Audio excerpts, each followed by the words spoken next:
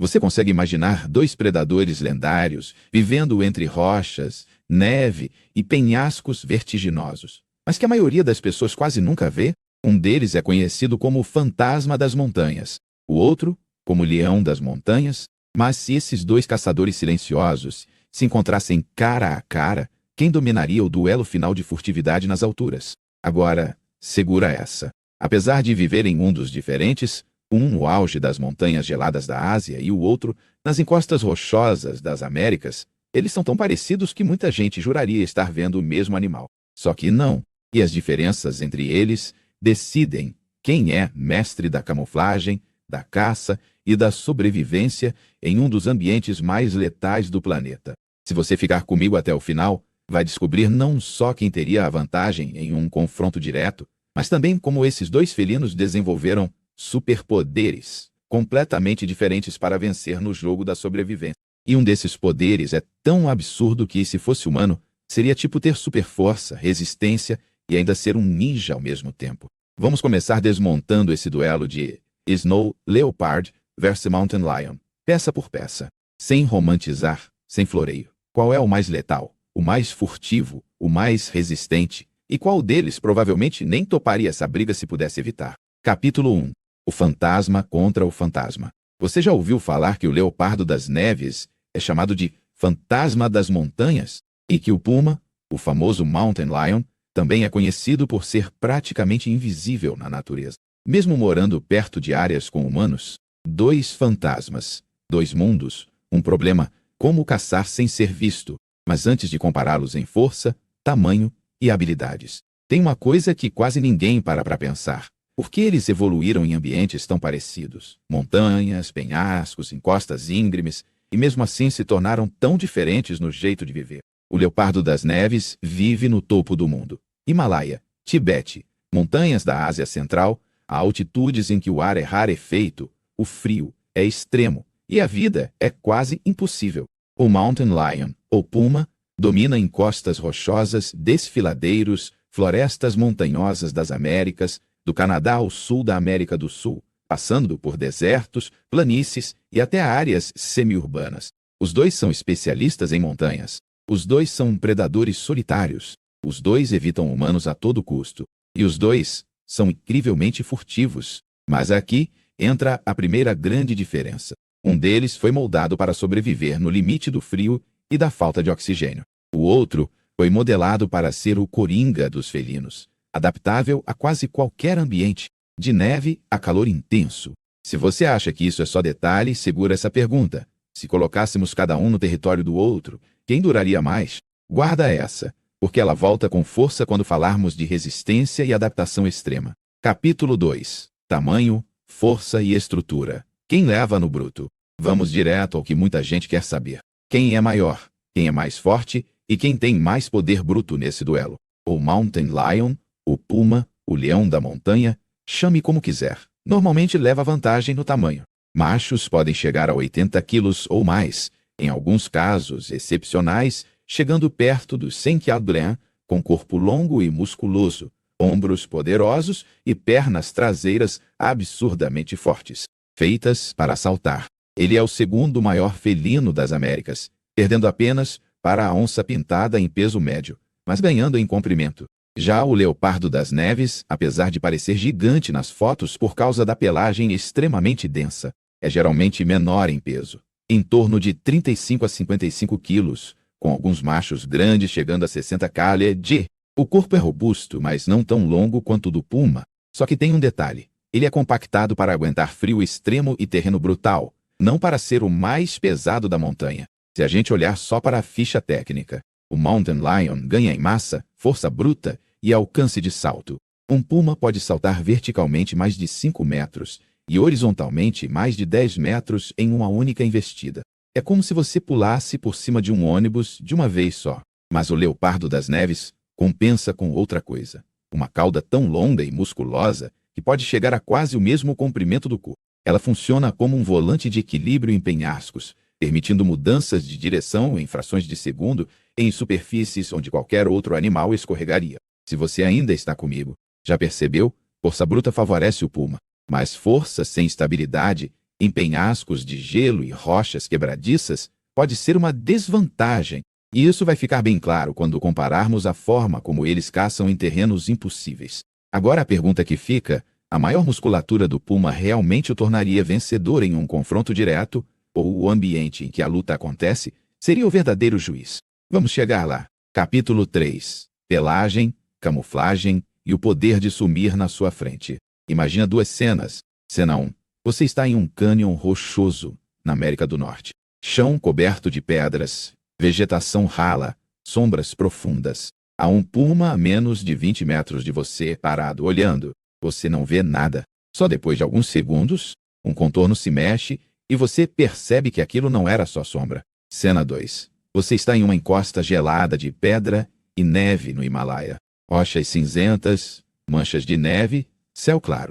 Um leopardo das neves está sentado sobre uma rocha.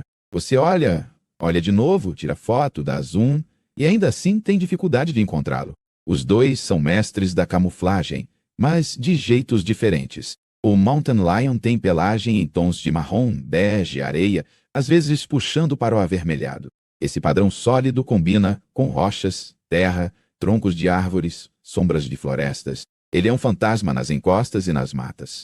O leopardo das neves, por outro lado, tem um dos casacos mais icônicos do mundo animal. Fundo claro, cinza esbranquiçado, coberto por rosetas e manchas escuras que quebram a silhueta do corpo. Em terreno rochoso nevado, você literalmente pode olhar direto para ele e não perceber. Sabe aquele conceito de camuflagem disruptiva, quando o padrão engana o cérebro e impede que a gente reconheça uma forma? É exatamente isso que o leopardo das neves usa. Não é só cor, é ilusão de forma. Já o puma confia mais no tom uniforme e na sombra, combinando com o ambiente como um pano de fundo perfeito. Mas aqui vem um detalhe que quase ninguém comenta. A pelagem do leopardo das neves não é só para sumir. Ela é extremamente densa, com pelos longos que o protegem de temperaturas que podem cair abaixo de 30 graus. Ele praticamente vive dentro de um casaco de inverno de alta performance. O puma, por outro lado, tem pelagem bem menos densa, porque precisa lidar tanto com frio quanto com calor, dependendo da região. Engajando. Até agora, quem está ganhando em furtividade visual pura, especialmente em terrenos mistos de rocha e neve? O leopardo das neves. Mas furtividade não é só não ser visto. É também não ser ouvido, não ser sentido, não ser previsto. E é aí que o duelo fica mais equilibrado. Capítulo 4. O modo ninja. Stealth, caça e ataque perfeito. Vamos falar de como cada um mata. Tanto o Mountain Lion quanto o leopardo das neves são caçadores de emboscada. Eles não correm atrás da presa por longas distâncias como guepardos. Eles esperam, analisam, se aproximam em silêncio e atacam com explosão de força em poucos segundos. O Mountain Lion costuma usar sua força e agilidade para ataques rápidos, muitas vezes se aproximando por trás e mirando o pescoço. Ele é capaz de derrubar presas grandes como veados, alces jovens e, em alguns casos, até animais mais pesados do que ele. O pulo é sua arma principal. Ele salta de um desnível, de uma rocha, ou sai de trás de vegetação densa, usando o fator surpresa para vencer rapidamente. O leopardo das neves também mira o pescoço ou a base do crânio, mas sua especialidade é o ataque em terreno onde qualquer erro significa queda de dezenas de metros. Ele persegue ibex, berrarais azuis e outras cabras e ovelhas selvagens em encostas íngremes, pulando de rocha em rocha, como se a gravidade fosse diferente para ele. Uma técnica comum é atacar de cima, vindo de uma borda superior, usando a gravidade a seu favor. Uma diferença brutal. O tipo de risco que cada um aceita na hora da caça. O puma caça em ambientes que, apesar de perigosos, são mais perdoáveis. Florestas, encostas, vales. Já o leopardo das neves caça em locais em que um escorregão pode ser fatal. Ou seja, seu corpo foi literalmente moldado para tomar decisões milimétricas de equilíbrio e impulso, enquanto mantém o foco na presa. Se você ainda está aqui, pensa nisso. Em um confronto de furtividade pura, qual é mais impressionante? O felino que se esconde perfeitamente atrás de arbustos antes de atacar um cervo, ou o felino que atravessa penhascos em alta velocidade, perseguindo uma cabra selvagem que também é especialista em escalada? E guarda essa outra pergunta. Se os dois são tão bons em emboscada, quem teria vantagem em perceber primeiro a presença do outro? Isso vai conectar com território, instinto e sensibilidade ao ambiente. Capítulo 5. Território, distância e o jogo de paciência. Uma das coisas mais chocantes sobre esses dois felinos é o tamanho de seus territórios. Eles vivem praticamente como sombras espalhadas em áreas gigantescas, evitando contato com outros da mesma espécie.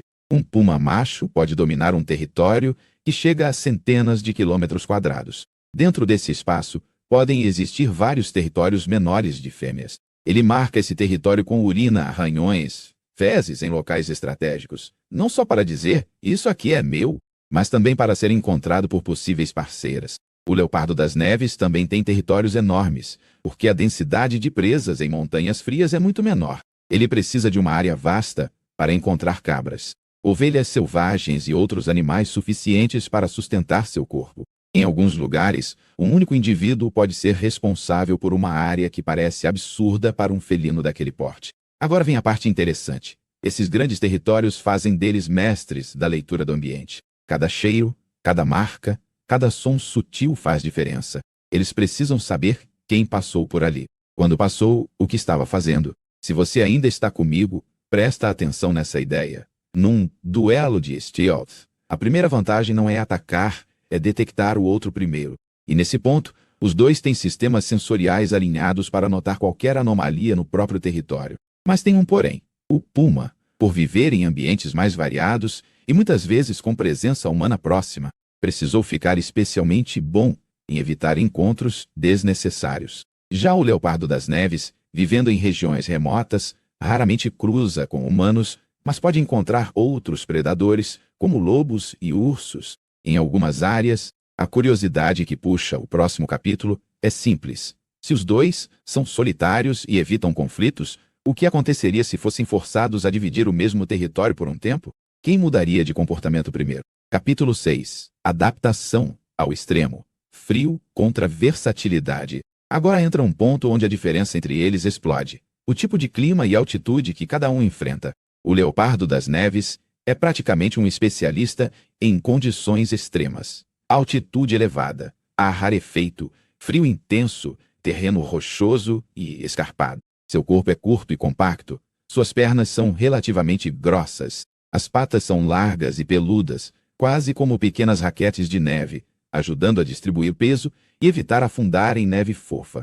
O focinho mais curto e as narinas ajudam a aquecer o ar gelado antes que ele chegue aos pulmões. O Mountain Lion, por outro lado, é um verdadeiro canivete suíço felino. Ele vive em desertos, florestas, montanhas, regiões semiáridas, áreas de neve sazonal e até nas proximidades de cidades grandes. Seu corpo é mais generalista, capaz de lidar com frio, calor, subidas, descidas, corrida curta e até travessia de longas distâncias quando precisa migrar. Se você ainda está aqui, pensa nessa comparação. O leopardo das neves é como um atleta de elite especializado em uma modalidade muito específica: sobreviver e caçar em montanhas geladas de alta altitude. O puma é como um atleta completo de decátulo. Pode não ser o melhor em uma única coisa, mas faz muitas muito bem. Agora imagina colocar um puma em plena cordilheira do Himalaia, a 500 metros de altitude, com neve profunda, ar fino e presas adaptadas àquele ambiente. E agora imagina colocar um leopardo das neves em uma floresta temperada com estações variadas ou em um deserto rochoso americano. Quem se ajustaria mais rápido? É provável que o puma sofresse bastante com frio extremo e falta de oxigênio. Sua pelagem não é feita para esse nível de inverno permanente. O leopardo das neves, por outro lado, poderia se virar em ambientes montanhosos mais amenos e até em florestas frias, com relativa facilidade, desde que tivesse acesso a presas grandes o suficiente. Isso levanta outra questão importante para o duelo. Se os dois são colocados em um terreno neutro, nem tão frio, nem tão quente, quem leva vantagem? Guarda essa, porque a resposta vai se conectar com comportamento, coragem e estilo de confronto. Capítulo 7. Coragem, estratégia e evitar lutas desnecessárias. Agora vem um ponto que muita gente ignora quando cria batalhas imaginárias entre animais. Na natureza, o objetivo não é provar quem é mais forte. O objetivo é sobreviver. E sobreviver significa, muitas vezes, evitar qualquer confronto sério que possa gerar ferimentos graves. Tanto o puma quanto o leopardo das neves têm essa lógica gravada no instinto. Uma fratura, um corte profundo, um músculo rompido. Isso pode ser sentença de morte para um predador que precisa estar sempre pronto para caçar. Pumas podem entrar em conflitos entre si, especialmente machos disputando território ou fêmeas. Há brigas, mordidas, arranhões, perseguições, mas mesmo assim eles tentam evitar o máximo possível levar a luta até consequências extremas. Leopardos das neves também se enfrentam ocasionalmente, mas são ainda mais discretos. Como vivem em ambientes em que cada reserva de energia é preciosa, um confronto prolongado é quase um luxo que eles não podem se dar. Se você ainda está aqui, pensa nessa situação hipotética. Um puma e um leopardo das neves se encontram em um penhasco rochoso, em um terreno montanhoso frio, mas não extremo. Os dois percebem a presença um do outro. O que acontece? A resposta mais realista é: os dois evitam a luta. O primeiro movimento provavelmente seria de avaliação. Quem parece maior? Quem parece mais confiante? Quem está em uma posição de vantagem no terreno? Se um deles estiver em posição ruim, por exemplo, mais exposto, em solo menos estável, a tendência é recuar. Mas se por algum motivo o combate for inevitável, competição por carcaça, por exemplo, ou surpresa em local apertado, aí entra a mistura de força, experiência e agressividade. Pumas, por lidarem com uma variedade maior de situações e presas, podem ser ligeiramente mais confiantes em termos de enfrentar outros grandes animais. Leopardos das neves, por outro lado, podem usar melhor a mobilidade em rocha e saltos curtos precisos para evitar golpes diretos. Esse é um daqueles momentos em que expectativa e realidade se chocam.